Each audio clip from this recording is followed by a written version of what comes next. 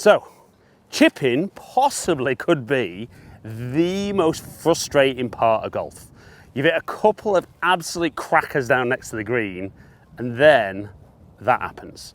So in today's video, I'm going to talk through some simple little technique changes that are going to get you chipping fantastically well, but also give you some different little options on clubs you can use that maybe mean you don't have to absolutely be perfect in order to hit good shots. So the mistake I see a lot of golfers make from down the line is they tend to stand still pretty normal distance from the golf ball and set up as though they're hitting a full shot. They do a good job of keeping the ball in the middle, but then they keep the weight 50-50, they make a big backswing, and because the brain knows it's going to go too far, they decelerate and the golf ball goes nowhere. So the head greenkeeper's over there, so we'll just replace that and repair that now. Now, I've got my 56 degree wedge in my hand at the moment, and I'm not necessarily saying you should chip with this, but I'm going to show you the basic technique with this and then use the different clubs. So what I like to see is from down the line, get a little bit nearer the golf ball so that the heel of the floor is off the ground. Just makes the club sit a little bit more like a putter. We're going to keep the ball nice and central in the stance. I use my putting grip. Now I appreciate some of you might have hands the other way or that way, whatever you're comfortable with grip wise. And then all we're going to feel from there is we're going to move our sternum in front of the golf ball so that the chest's looking down here. Now once we're in that position, it's basically just a putting stroke. And we can see that I'm just grazing the turf, and I would be grazing the turf just after the golf ball. That's why we need to keep that weight forward. What you'll see even with golfers who set up well here is they move back as they try to get the ball in the air, and they lose that control of the low point of the arc, and that's why they struggle with contact. So ball in the middle, putting grip, a little nearer the golf ball, sternum in front, and then make a putting action. Now the green was a little firmer than I thought there, that one's run past, but you could see a little bit of interaction with the turf.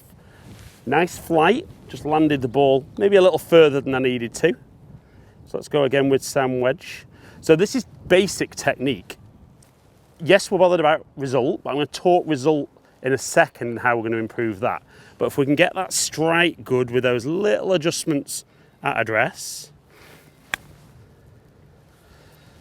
Again, that one rolling a little further than I wanted. But if you're somebody who's been fatting it like I was doing there at the start, or thinning those chip shots, hitting some nicely struck shots will absolutely transform the way you look at your chipping. So let's have one more with the 56. That technique feels nice and simple. Obviously, I'm not saying that we can't hit bad shots like that, but you should be much more consistent. Right, so if we're talking result now, we know we can hit the ball first. In order to pick the right club, I think you need to make a good decision. So we would like to chip the ball in, if not in as close as possible. But more importantly, you need to know where you try to land the ball. So with my 56 degree, I'm going to try and land the ball maybe around halfway onto the green. So my swing needs to be big enough with this club to land the ball around that point. So I have a couple of practice swings looking at my landing point. That gives me a feel for how big a swing I want to make. And then from there, landed that probably 3 feet further than I wanted. And again, that's just run that little bit too far. So that's 56 degree. And I know maybe when I've done videos in the past and I've chipped with this, a lot of you have commented about, well, you wouldn't use that. That's okay. So the other club, or the next club I've got is 7-iron. Now, exactly the same technique, but obviously the lack of loft on this club is going to get the ball going lower and running a bit more. So instead of being halfway on, I'm maybe going to try and land this 2 or 3 feet onto the green. And if I can do that, that would then run more like a putt down towards the flag. So again, shaft upright, ball in the middle, sternum in front of the ball, little putting stroke.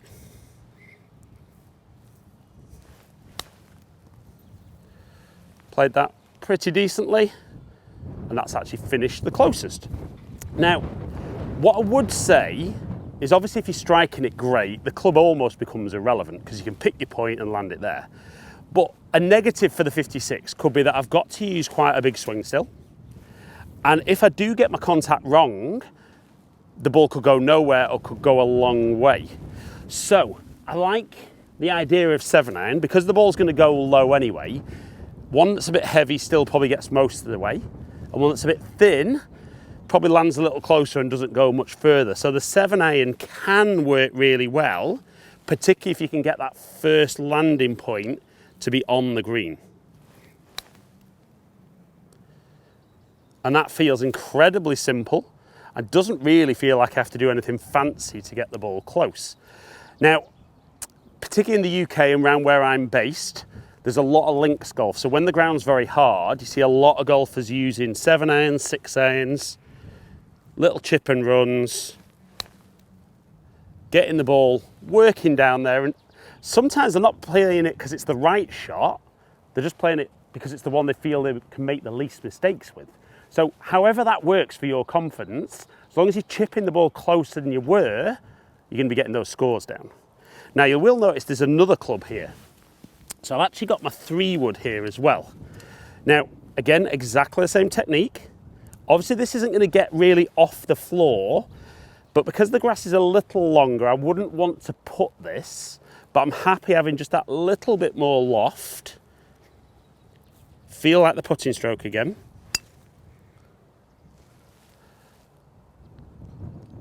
Not the best touch and feel, but it feels like it comes off really quickly off the wood or the hybrid. And I think if you are going to use this shot, it is fantastic. Even out of a bad lie, still feel there that I can get plenty of the club on the ball.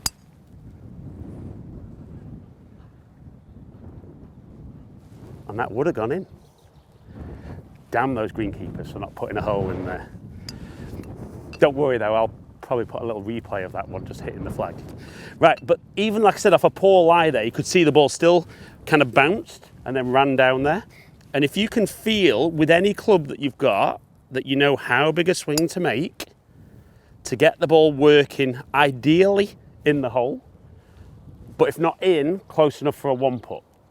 Chances are if you're watching this video, you don't very often 1-putt when you miss a green. Might be that you still miss greens from here. And if you do, you're really undoing all the good work by getting to the green quickly and then taking 2 or 3 to get on the green and 2 or 3 putts when you're there. So guys, hope you've enjoyed today's video. If you have, like it and share it. Comment below. Let me know what your favorite club is that you like chipping with. There's another video just there that YouTube thinks you're going to enjoy. Hopefully catch up with some of you guys down here soon. Stay in contact.